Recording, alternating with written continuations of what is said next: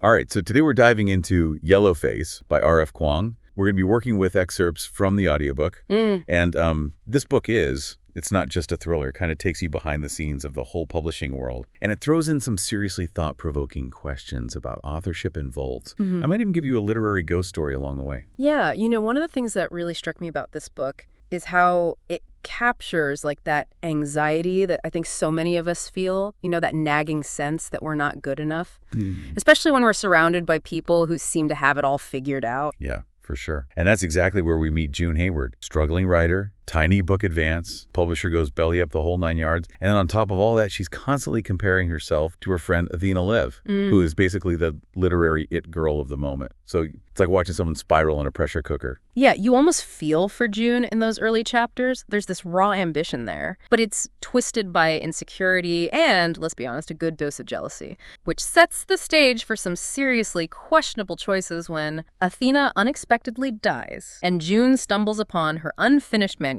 Oh yeah, The Last Friend, a novel all about Chinese laborers in World War I, a topic June knows next to nothing about. But suddenly, she's got this chance to step into the spotlight, to finally achieve the recognition that she's always craved. Yeah. So what would you do if you were in her shoes? Well, that's the question that I think gets to the heart of the book. Is it ever okay to borrow someone else's story, even if it means achieving your own dreams? And the novel doesn't shy away from those complexities. June publishes the book as her own, plays up her close friendship with Athena, and becomes a literary darling that she always wanted to be. But it's all built on this lie. Yeah, and that lie starts to unravel when Candace, who is an editorial assistant at June's publisher, raises concerns about potential cultural inaccuracies in the book. Yeah. So think about it. June is profiting off of a story that isn't hers to tell. And when someone from the community she's supposedly representing tries to offer feedback, she shuts it down. Yeah, it's a perfect example of how the publishing industry often talks about diversity, but doesn't always listen to the very voices it claims to champion. Candace is positioned as this annoying obstacle to June's success, but her concerns are valid. The way June handles it, dismissing her, and eventually getting her removed from the project, says a lot about who really holds the power in this situation. Yeah, and then things get even more intense when a mysterious Twitter account pops up, claiming to be Athena Lee's ghost. And it accuses June of stealing the manuscript. And suddenly the internet is buzzing. Some people support June, others are suspicious. It's this digital age witch hunt. And you can't help but feel like June's carefully constructed facade is starting to crack. Oh, yeah. I mean, think about the role of social media and all of this. It's this echo chamber where accusations can spread like wildfire. And it's almost impossible to separate truth from fiction. And June, instead of addressing those concerns head on, tries to control the narrative. She emphasizes her friendship with Athena, plays up her research, and even changes her pen name to Juniper Song to sound more ethnically ambiguous. It's almost like she's trying to outmaneuver the accusations, but it just makes her seem more suspicious. Absolutely. And this whole ghost element adds this really unsettling layer to the story. Is it really Athena's spirit seeking revenge, or is it something else entirely? Right, and that's the brilliance of the book. It keeps you guessing, blurring the lines between reality and paranoia. It makes you question what you would do if you were in June's shoes, and how far you would go to protect your secrets. Yeah, and as you'll see, June goes pretty far. Yeah. Remember, this is just the beginning. We've got a lot more to unpack, so stay with us as we dive deeper into Yellowface. It's so interesting how Kuang kind of drops these little hints throughout the book that there's something more going on, like beneath the surface, Like, June's not just a calculating liar. There's this underlying vulnerability there, this fear of being exposed that makes her actions even more unsettling. Right. Like, remember that scene where June goes to visit Athena's mother after the funeral? It's almost like she's drawn to this box of Athena's old notebooks, as if she's trying to, possess some part of her friend. Oh, yeah. And she manipulates Mrs. Len into destroying those notebooks, playing on her fears about what they might contain. It's like she's erasing any trace of the real Athena, trying to solidify her own version of their relationship. Yeah. It's creepy, but also kind of sad. Like, June is trying to convince herself, as much as everyone else, that she was truly close to Athena. And then there's that scene at the Chinese American Book Club event, where June sees a woman who looks exactly like Athena. She even says it feels like seeing a ghost. Right. So is she really seeing Athena's ghost? Or is this like guilt manifesting in a physical form? It's this blurring of reality and hallucination that keeps you hooked. You start to question what's real, just like June does. Totally. And remember that whole thing with Candace in the Goodreads review. June goes ballistic when she finds out that Candace gave gave The Last Front a negative review, demanding her agent get Candace fired. It's such an over-the-top reaction. Yeah, it shows how fragile Jean's sense of self is. She can't handle any criticism, especially not from someone that she sees as beneath her. And it speaks to this larger issue of who gets to critique, who gets to have a voice, especially when it comes to cultural representation. June wants to be seen as an ally, but she's not willing to listen to the very people she claims to be representing. Totally. But here's where things get really twisted. Remember that Athena's ghost Twitter account. It turns out it wasn't Candace at all. It was June, using a fake account to try and discredit the plagiarism accusations. Talk about manipulative. It's a desperate attempt to control the narrative. June's not just hiding a lie. He's actively trying to frame someone else for it. It's like she's become so consumed by this web of deceit that she can't see a way out. And then, at a book festival, where June is supposed to give a reading, guess who shows up in the audience? It looks like Athena herself. June describes seeing her clear as day, sitting in the front row. Oh, wow. So is it real or just another hallucination? It's this constant tension between the supernatural and the psychological that makes Yellowface so compelling you're never quite sure what's real, and that makes June's unraveling all the more terrifying. Okay, so things spiraling out of control. June seeks out Jeff, Athena's ex-boyfriend. She's hoping for some answers about the ghost account, maybe even some validation that she's truly close with Athena, but she gets a major reality check. Oh, yeah. Jeff tells her that Athena actually saw June as a loser from school and mocked her writing behind her back. It shatters June's image of their friendship and forces her to confront the possibility that it was all in her head. Talk about a blow to the ego. Yeah, and it doesn't stop there. Proof leaks that June's next book, Mother Witch, also contains plagiarized material, this time from a story Athena workshopped years ago. Even her publisher starts to doubt her. It's like the walls are closing in. Right. This is where the consequences of June's actions really start to hit home. I mean, those initial accusations against The Last Front were kind of vague, but now there's concrete evidence that this wasn't a one-time mistake. It's a pattern of behavior, and it raises the stakes. She's not just a literary darling anymore. She's a potential fraud. And remember Candace. The editorial assistant June had fired. Well, she's back with a vengeance. She's writing a tell-all memoir about her experience at the publishing house, which will likely expose June's plagiarism and her role in getting Candace fired. Wow, talk about a power shift. Candace, who was initially silenced and dismissed, now has the platform to share her story and control the narrative. It's a reminder that even in a system that seems rigged against you, there's always a chance to fight back and reclaim your voice. So June tries to play it cool, but her publisher is freaking out about the PR nightmare this is causing. They basically tell June that she needs to come clean and try to work out a deal with Athena's mother to avoid a lawsuit. It's a glimpse behind the curtain of the publishing industry, where profit often trumps ethics. I mean, they're not necessarily concerned with right and wrong. They're concerned with damage control. And June, despite her wrongdoing, still has value as a marketable author. It's a fascinating look at how power operates in these creative fields. So June, stubborn as ever, refuses to admit any wrongdoing.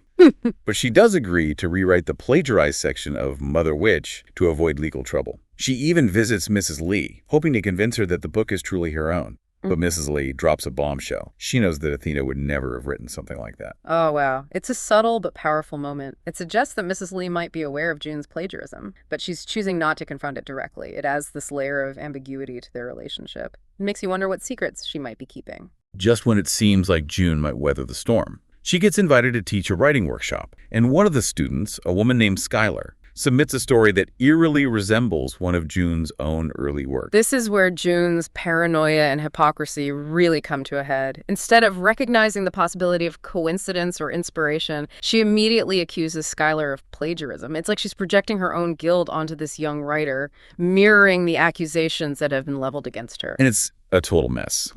June ends up humiliating Skylar in front of the entire class, only to later realize that Skylar's story was likely inspired by a writing prompt that June herself had shared during the workshop. It's a moment of brutal self-awareness for June. She's become the very person she despises, someone who uses their power to silence and discredit others. It's a reminder that the cycle of abuse can be perpetuated even by those who see themselves as victims. June is mortified. She knows she messed up big time, feeling creatively blocked and desperate for money. She starts considering taking on IP work, basically writing to existing outlines, like for superhero novels or Star Wars. It's a significant shift for June. She's always prided herself on being a real writer, someone who creates original stories.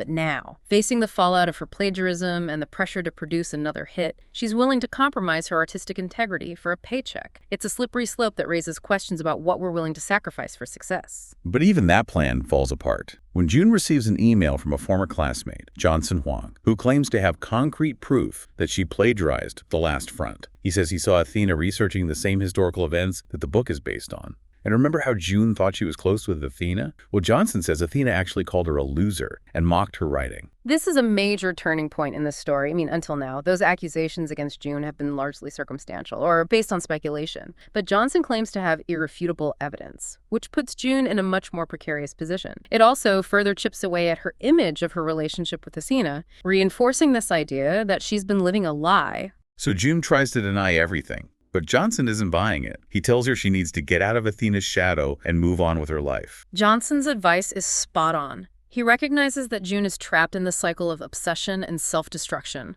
constantly comparing herself to Athena and trying to live up to an impossible ideal. He encourages her to find her own voice and break free from the past, which is something she desperately needs to do. Yeah, but breaking free from the past is easier said than done. June starts experiencing vivid hallucinations. Seeing Athena everywhere she goes, her mental state is deteriorating, and it's getting harder to distinguish between what's real and what's in her head. This is where Yellowface really leans into its psychological thriller elements. Those lines between reality and delusion become blurred, and you're left wondering if June is truly losing her mind or if there's something supernatural at play. It's a masterclass in building suspense and creating a sense of unease. And then at a truly terrifying scene, June has a terrifying encounter with what she believes to be Athena's ghost in her own apartment. It's a chilling moment that plays on all your fears about ghosts and hauntings. The way Kwan describes it, you can practically feel the coldness emanating from Athena's spectral form, the anger and resentment in her eyes. But then comes the twist. The figure reveals itself to be not Athena,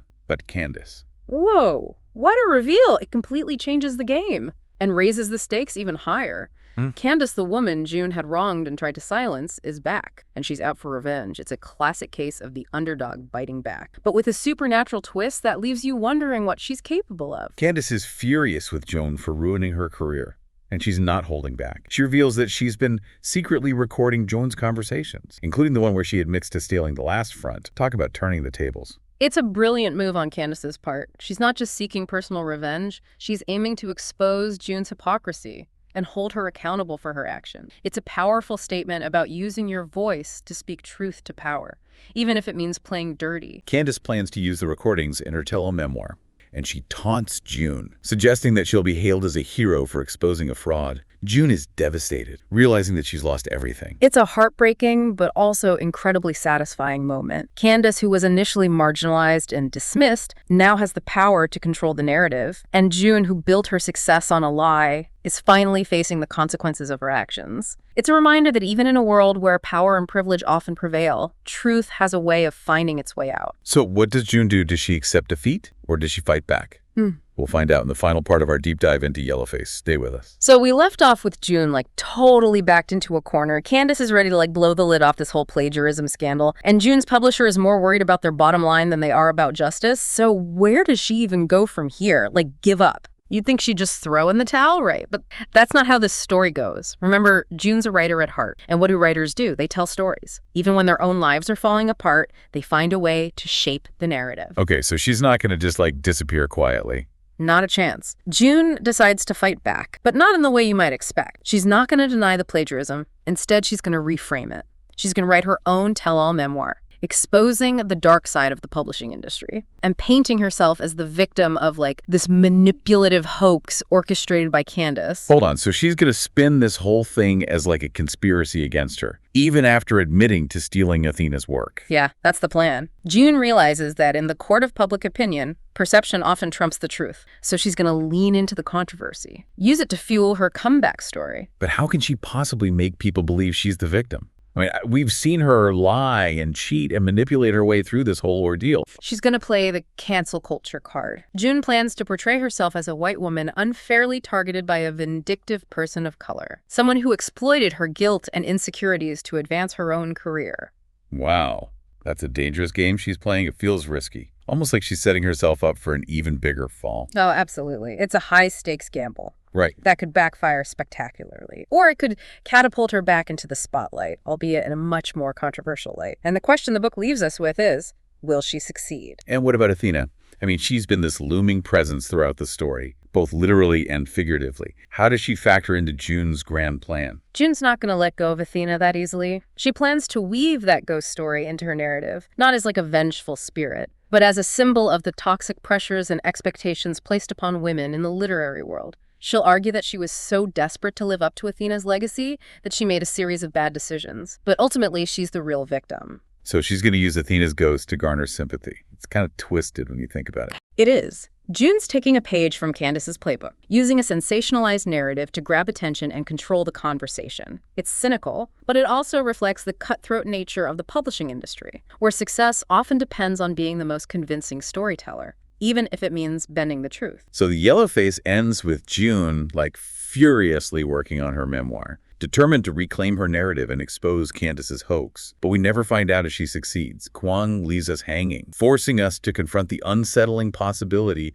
that she just might get away with it. Exactly, and that's what makes this book so brilliant. It's not just a thriller, it's a commentary on the power of stories, on how we construct our identities, and on the murky ethics of a world obsessed with fame and recognition. It leaves you questioning everything. And that's the mark of truly great literature. This deep dive has been a wild ride. We've unpacked themes of ambition, plagiarism, cultural appropriation, and the very nature of truth itself. It's made me think about the stories we tell ourselves and others, and how those stories can shape our realities. Yellowface doesn't offer easy answers. It challenges us to think critically about the information we consume, especially in the age of social media. Who are the storytellers? What are their motivations? And how can we navigate a world where truth and fiction are often so intertwined? If you're looking for a book that will stay with you long after you finish the last page, I highly recommend checking out Yellowface by R.F. Kuang. It's thought-provoking, unsettling, and ultimately unforgettable. And one final thought for you to ponder. If Athena's ghost is real, if her spirit is somehow influencing these events, what does that say about the enduring power of a writer's words? Can a story truly take on a life of its own even after death? Something to consider as you delve into the pages of Yellowface. Thanks for joining us for another deep dive. Until next time, keep questioning, keep exploring, and keep those pages turning.